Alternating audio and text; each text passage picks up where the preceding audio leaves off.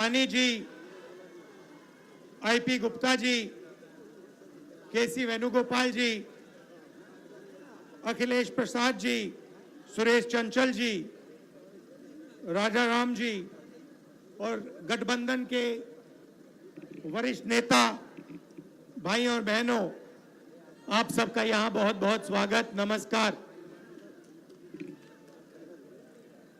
बारिश में आप यहां खड़े हैं, दूर दूर से आए हैं, इसके लिए आपका मैं दिल से धन्यवाद करता हूं। आपका मूड कैसा है? मूड कैसा है आपका?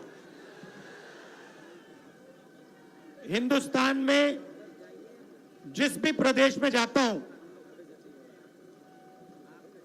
मैं हिंदुस्तान के हर डिस्ट्रिक्ट में गया हूं, जहां भी मैं जाता हूं वहां बिहार के युवा मुझे मिलते हैं। मैं आपसे सवाल पूछना चाहता हूं, आपने दिल्ली बनाई,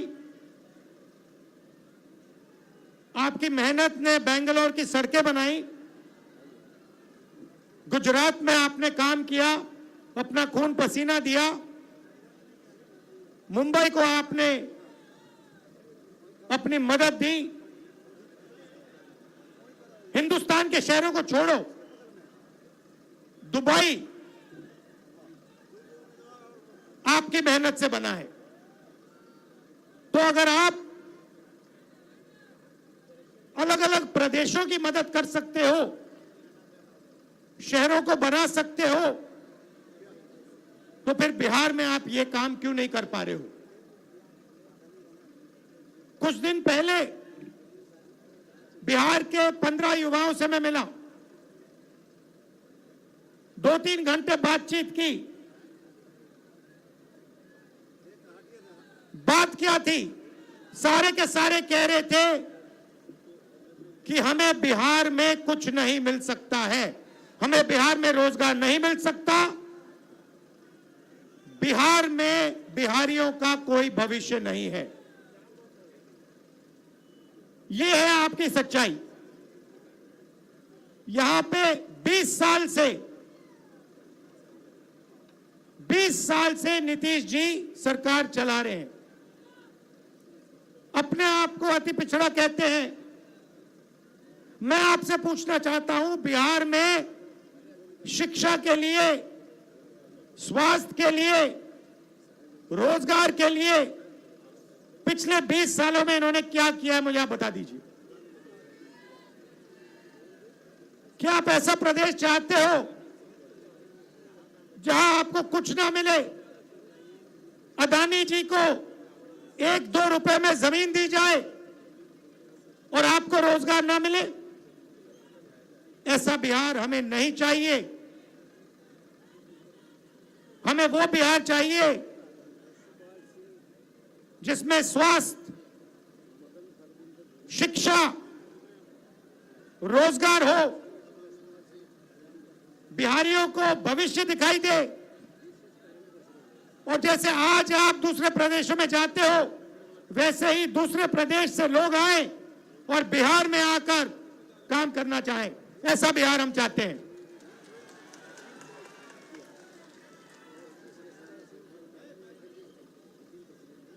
इसीलिए महागठबंधन, हमारे नेता तेजस्वी जी, सैनी जी, कांग्रेस पार्टी के नेता एक साथ खड़े हैं, क्योंकि हम एक बार फिर बिहार को सबसे आगे ले जाना चाहते हैं।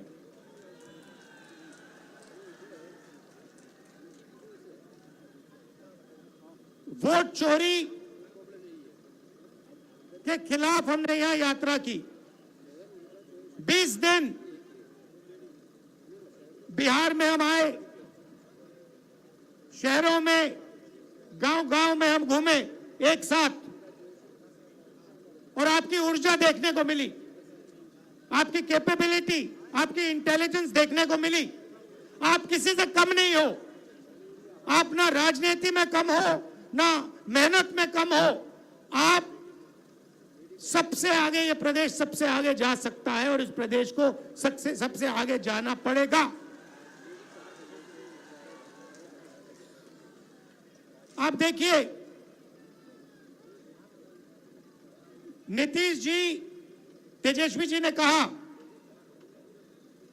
नीतीश जी का चेहरा का प्रयोग हो रहा है। रिमोट कंट्रोल बीजेपी के हाथ में है। आप ये मत सोचिए कि अति पिछड़ों की आवाज उधर सुनाई देती है। 3-4 लोग कंट्रोल करते हैं, बीजेपी कंट्रोल करती है, उनके हाथ में रिमोट कंट्रोलर है और उनको सामाजिक न्याय से कोई लेना देना नहीं है। मैंने प्रधानमंत्री के सामने कहा लोकसभा में कि जाति जनगणना आप करवाइए, एक शब्द नहीं बोले। आप जहां भी देखो, शिक्षा के सिस्टम में देखो, स्वास्थ्य के सिस्टम में देखो, ब्यूरोक्रेसी में देखो, जजेस की लिस्ट निकाल के देखो, नरेंद्र मोदी जी बीजेपी सामाजिक न्याय के खिलाफ है, वो नहीं चाहते। और मैंने उनसे कहा कि देखिए, जाति जनगणना होने वाला है, चाहे आपको अच्छा लगे नहीं लगा, जाति जनगणना होगा, सबको पता लगेगा किसकी कितनी आबादी है।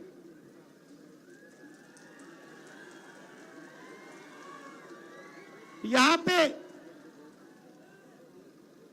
स्टूडेंट्स पढ़ाई करते हैं, मेहनत करते हैं, लाखों रुपए लगाते हैं, ट्यूशन होता है, प्राइवेट कॉलेजेस यूनिवर्सिटीज हैं, बिना पैसे यहां पे शिक्षा नहीं मिल सकती। मगर जितनी भी पढ़ाई वो कर ले, अंत में पेपर लीक होता है। होता ही नहीं होता है। अंत में चुने हुए लोगों को एग्जाम से 1-2 दिन पहले एग्जाम का पेपर मिल जाता है। आप किसी भी स्टेट में पूछ लीजिए, बिहार के शिक्षा के सिस्टम के बारे में पूछ लीजिए, वो आपको बताएंगे बिहार में तो पेपर लीक होता है, बिहार में सही शिक्षा नहीं मिल सकती, बिहार में अस्पताल नहीं मिल सकता। आप जाइए, ऑल इंडिया मेडिकल इंस्टीट्यूट के नीचे एक फ्लाईओवर है, के पास में फ्लाईओवर है, उसके नीचे जाइए, वहां पे आपको बिहार के लोग दिख जाएंगे। रात में ठंड में वहां पे वो सोते हैं। मैं गया, मैंने पूछा यहां क्यों हो, कहते बिहार में इलाज नहीं हो सकता। अगर बिहार में इलाज करवाना है तो नहीं हो सकता, दिल्ली में होगा, कर्नाटक में होगा, तेलंगाना में होगा, बिहार में नहीं हो सकता। ये हम बदलना चाहते हैं।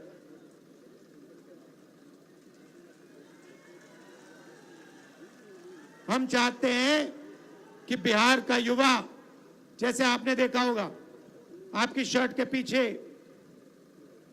फोन के पीछे क्या लिखा है बताओ? Made in China. सही? नरेंद्र मोदी जी ने हिंदुस्तान के जो छोटे बिजनेस वाले हैं, छोटे उद्योग हैं, उन सबको खत्म कर दिया, नोटबंदी और जीएसटी लागू करके। जहां भी आप देखो, मेड इन चाइना। हमारा कहना है कि मेड इन चाइना नहीं, मेड इन बिहार होना चाहिए उस फोन के पीछे। फोन के पीछे मेड इन चाइना नहीं, मेड इन बिहार। और फोन कहां बने? बिहार में। शर्ट, पैंट, फोन, कैमरा,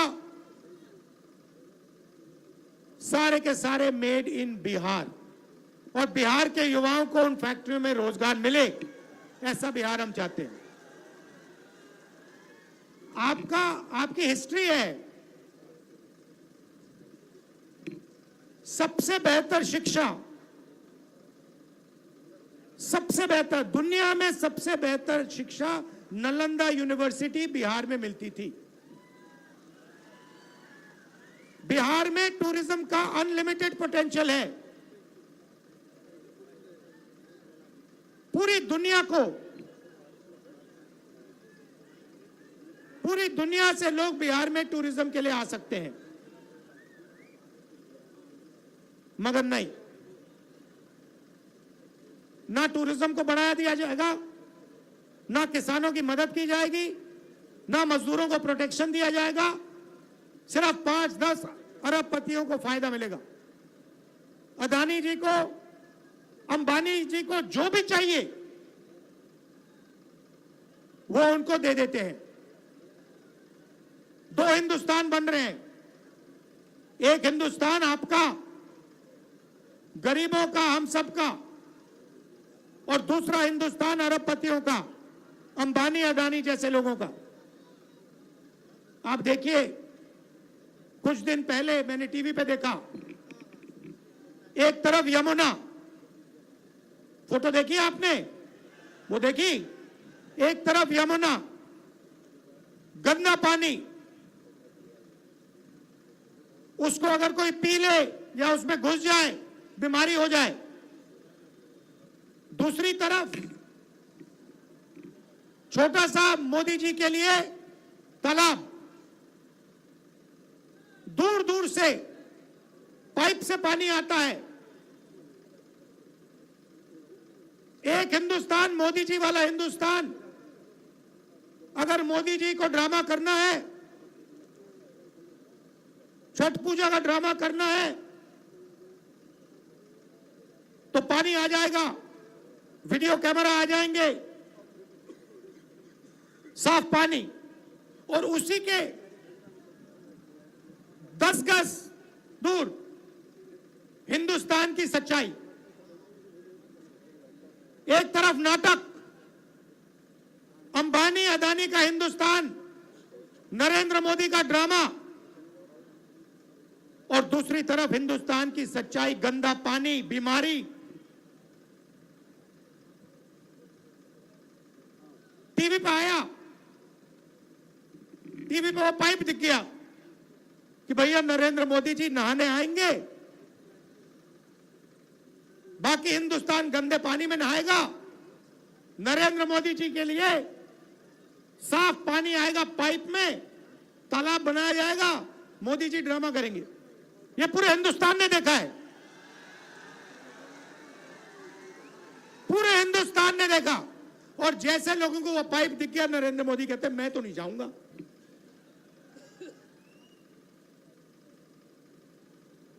ये है सच्चाई, चमकता हुआ हिंदुस्तान। टीवी पे, वीडियो पे मोदी जी कहते हैं, बिहार के युवाओं से कहते हैं कि हमने आपको कम दाम में डेटा दे दिया। आपने कम दाम में डेटा दे दिया, मगर डेटा की कंपनी किसको दी? पैसा कौन बना रहा है? बिहार का युवा नहीं बना रहा है, जियो का मालिक बना रहा है। फायदा तो आपने उसको दिया, और बिहार के युवा के सामने आकर आप झूठ बोल रहे हो कि हमने आपको डेटा दिया। नहीं, आपने डेटा नहीं दिया। आपने अंबानी जी को हिंदुस्तान का स्पेक्ट्रम दिया, जियो की कंपनी के लिए आपने सब कुछ किया। आप वो क्यों नहीं बोलते हो? आप वो क्यों नहीं बोलते कि मुंबई में लाखों करोड़ रुपए की जमीन, धारावी की जमीन, जिसमें बिहार के लोग रहते हैं, छोटा व्यापार करते हैं, वो जमीन मैंने अदानी को दी। अब ये क्यों नहीं कहते? अब ये क्यों नहीं कहते कि 1 रुपये के लिए मैंने अदानी को जमीन दी बिहार में? कैसे दी? किससे छीन कर दी? बिहार के किसान से छीन कर दी। अब ये क्यों नहीं कहते कि राहुल गांधी जमीन अधिग्रहण बिल लाया था, कांग्रेस पार्टी जमीन अधिग्रहण बिल लाई थी, किसानों की जमीन की रक्षा के लिए लाए थे, और नरेंद्र मोदी जी ने उस बिल को खत्म किया। ये क्यों नहीं कहते? अब ये क्यों नहीं कहते कि जो बिहार में एंटरप्रेन्योरियल स्पिरिट है, जो युवा छोटा छोटा बिजनेस चलाना चाहते हैं, जो अपना छोटा बिजनेस का सपना देखते हैं, उस सपने को आपने नोटबंदी से और गलत जीएसटी लागू करके आपने उस सपने की हत्या की। ये क्यों नहीं कहते आप?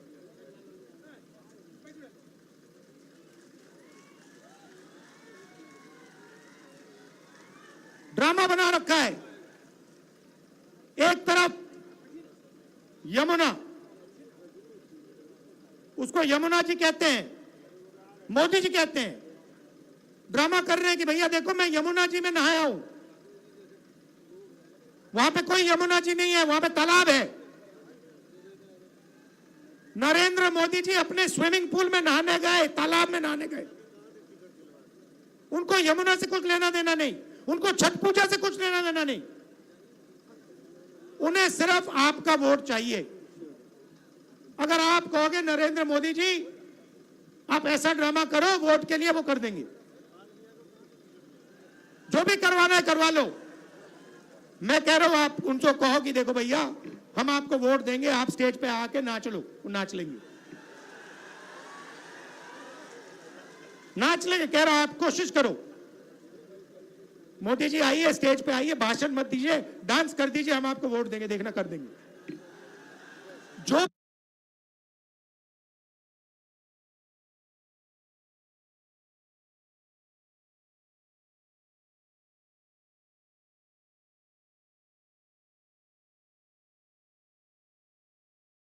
भी करवाना है करवा लो। मैं आपको बता रहा हूं, महाराष्ट्र में इन्होंने चुनाव चोरी किया है, हरियाणा में इन्होंने चुनाव चोरी किया है, और ये बिहार में पूरी कोशिश करेंगे। मैं बता रहा हूं आपको, पूरी कोशिश करेंगे कि बिहार की आवाज की सरकार ना बने। ये लगे हुए हैं, एसआईआर का यही मतलब है। तो आपको पूरा दम लगाकर, बिहार के युवाओं को पूरा दम लगाकर, हर व्यक्ति को बाहर निकालकर वोट डालना है महागठबंधन के लिए।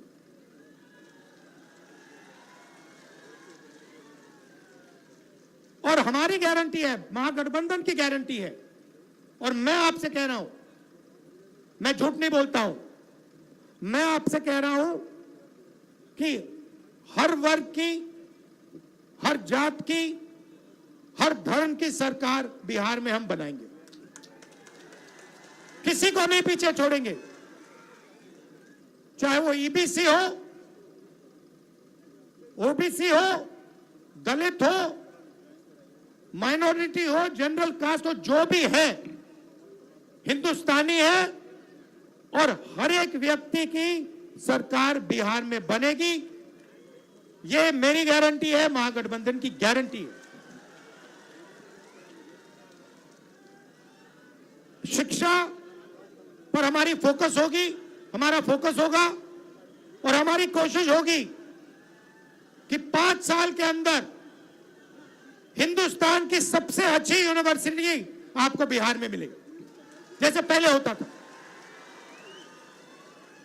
हमारी सरकार थी, यूपीए की सरकार थी, तो हमने कोशिश की थी।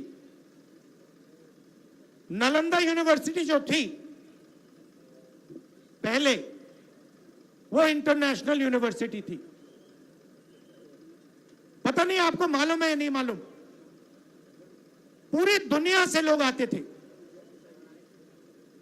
चाइना से आते थे, जापान से आते थे, कोरिया से आते थे, यूरोप से आते थे नालंदा यूनिवर्सिटी में पढ़ाई करने। एक प्रकार का वो पुल था, दुनिया को जोड़ने का सिस्टम था। कहां था? बिहार में था। हमारी कोशिश थी, जब हमारी सरकार थी, मनमोहन सिंह जी की सरकार थी, हमने फिर से वही नालंदा बनाने की कोशिश की। बिहार को हम सिर्फ हिंदुस्तान से ना जोड़ें, बिहार को हम पूरी दुनिया से जोड़ें। आप जुड़े हो, आपके लोग दुबई में हैं, मॉरिशस में हैं, फिजी में हैं, सेशल्स में हैं, अमेरिका में हैं। आप लोग हो, उसको बस सही तरीके से जोड़ना है। बिहार को हिंदुस्तान का सेंटर नहीं बनाना, एक बार फिर बिहार को दुनिया का सेंटर बनाना है। टाइम लगेगा, मैं आपको बता रहा हूं, टाइम लगेगा, मगर विजन हमारा यह है कि एक ऐसा दिन आए आज से 10-15 साल बाद कि अमेरिका का युवक कहे मैं जाके नालंदा यूनिवर्सिटी में जाके पढ़ना चाहता हूं।